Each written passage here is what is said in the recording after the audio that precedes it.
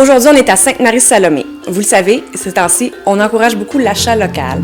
À Sainte-Marie-Salomé, malheureusement, on n'a pas de zone commerciale. Par contre, on a des artisans locaux. Aujourd'hui, je vous présente Mario Blouin et les Antiquités Montcalm. On est dans un endroit qui rappelle de beaux souvenirs. Comment est arrivé ton attrait pour ça?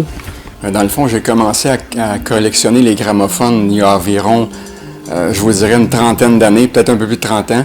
Premier gramophone à l'achat, 16-17 ans. Après ça, j'en ai acheté des dizaines et des dizaines et des dizaines pour remplir les maisons ou les appartements à l'époque. Et j'ai toujours été un fanatique des objets rares ou des objets qui fonctionnent de façon mécanique. Justement, on peut pratiquement parcourir le passé du Québec à travers la petite boutique ici. C'est intéressant. Oui, effectivement. Dans le fond, je dis toujours à mes clients qu'il y a beaucoup de kilomètres ici. À chaque objet, il y a un endroit spécifique où je l'ai acheté. Là. Ce qui a fait aboutir ce beau bâtiment-là, c'est le fait que j'avais plus de place pour en mettre. Donc, j'en ai acheté au fil des années, depuis 20-25 ans, en but de, un jour, d'ouvrir un petit musée.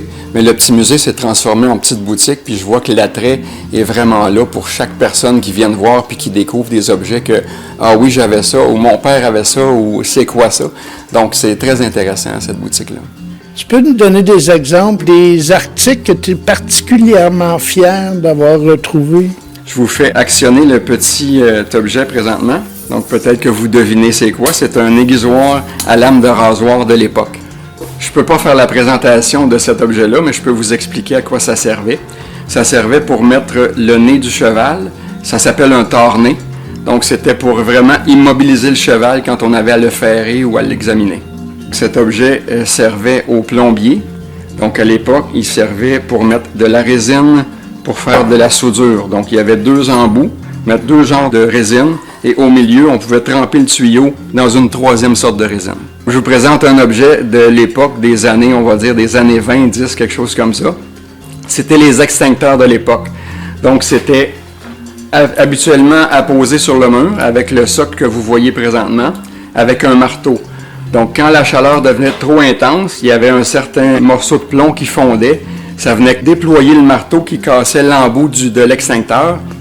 Et le liquide qu'il y avait à l'intérieur giclait de partout pour étouffer la flamme qu'il y avait présentement. Un musée, généralement, les articles restent là. Par contre, une boutique, ça veut dire que des gens peuvent en acheter. Il va falloir remplir ça par après. Ça vous fera pas trop de peine de perdre des articles que vous avez cherché quand même pas mal?